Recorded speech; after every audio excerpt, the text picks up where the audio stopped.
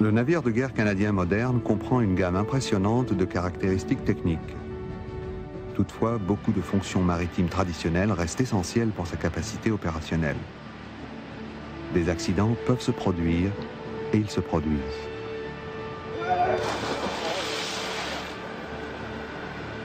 Un accident du type un homme à la mer est une situation de vie ou de mort. Seule une prise de décision professionnelle rapide permettra d'assurer qu'une telle victime soit récupérée vivante.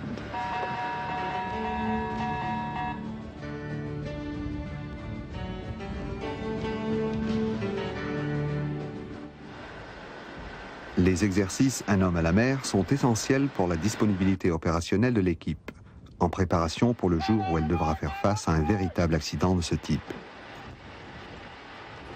La nouvelle frégate canadienne de patrouille comprend 5 postes d'alarme Un homme à la mer. Le premier se trouve au poste de la vigie de sauvetage, sur le gaillard arrière. 2 postes au milieu, à bâbord et à tribord, et 2 dans la passerelle elle-même. 3 de ces postes sont occupés par des vigies, le gaillard arrière et les ailerons de passerelle à bâbord et à tribord. Chaque poste d'alarme est équipé d'une bouée de sauvetage Kisby et de marqueurs Paynes-Wessex, qui, une fois activés, émettent une lumière blanche et une épaisse fumée orange.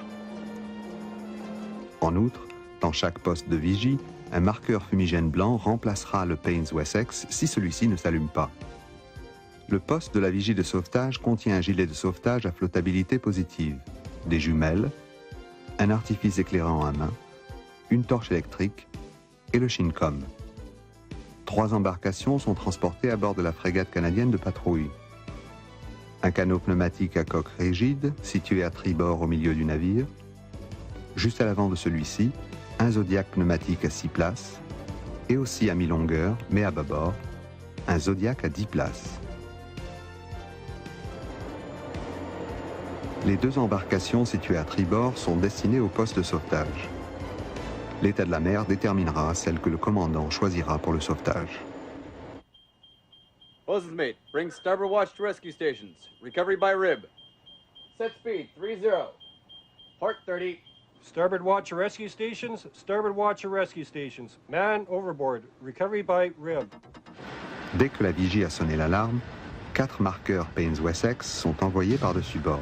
2 par la vigie de sauvetage à partir du gaillard arrière et 1 à partir de chacun des 2 postes de vigie de la passerelle. Pour cette opération, on utilise des marqueurs fumigènes blancs qui permettront à la frégate de retourner à proximité de l'endroit où la personne est tombée à la mer.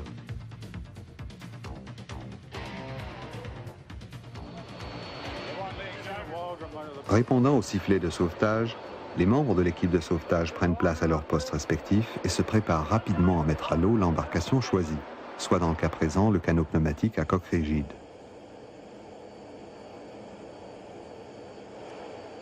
Le capitaine d'armes et l'équipe embarquent dans le canot. Ils portent des gilets de sauvetage. Le plongeur qui va aller récupérer la victime porte un vêtement isothermique.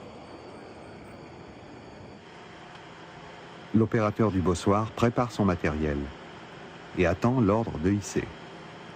Dès que le canot de sauvetage et son équipe sont prêts pour la mise à l'eau, le maître de service en avise le commandant. Lorsque la frégate canadienne de patrouille se trouve à proximité de la victime, la passerelle transmet les ordres concernant la mise à l'eau du canot de sauvetage à l'aide du Shincom et des circuits du pont supérieur. Hang on to your lifeline. Hoist away.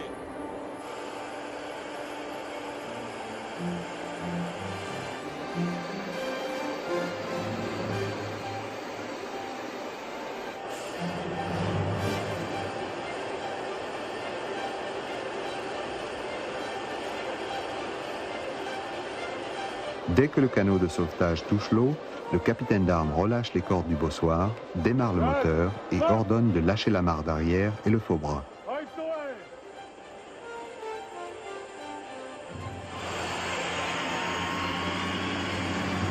Dans des circonstances normales, il faut environ 6 minutes pour récupérer un homme à la mer.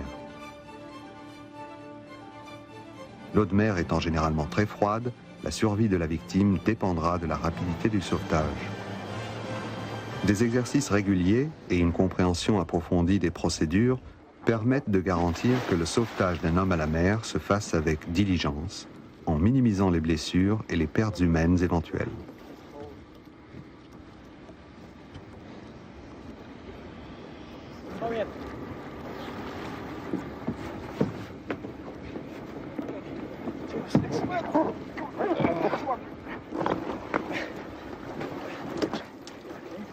L'équipe de premiers secours se tient prête à accueillir la victime.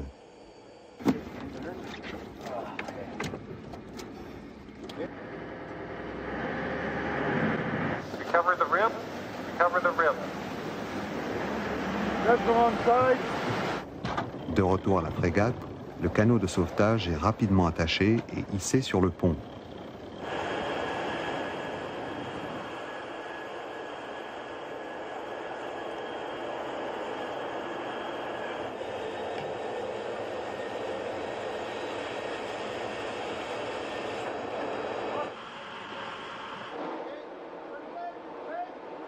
L'équipe de premiers secours transporte la victime à l'infirmerie, où elle lui administrera le traitement requis. Une fois que le canot de sauvetage est replacé sur ses cales, on attache les postes de sauvetage. Si l'état de la mer est relativement calme, le commandant peut décider d'utiliser un Zodiac comme canot de sauvetage. C'est une embarcation biplace dont la mise à l'eau et la récupération exigent moins de personnel et de temps.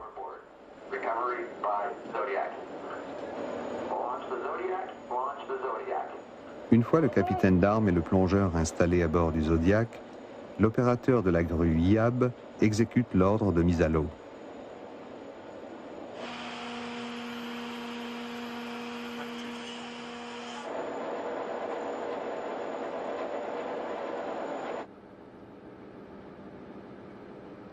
Dès qu'il est décroché de la gaffe et des cordes de retenue, le Zodiac peut se diriger rapidement vers la victime.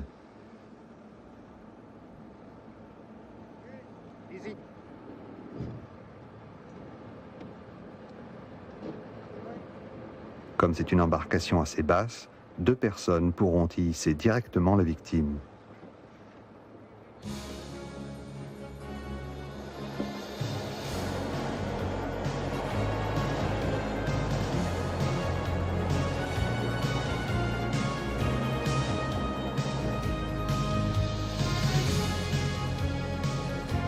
Recover the Zodiac.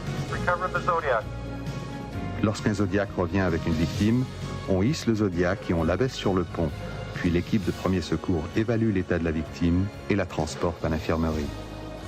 L'application correcte et diligente de l'une ou l'autre de ces 2 méthodes de sauvetage, par Zodiac ou par canot à coque rigide, permettra de ramener la victime sur la frégate, et ce, en toute sécurité et en temps voulu. N'oubliez pas que vous pourriez être la personne dont on est en train d'effectuer le sauvetage.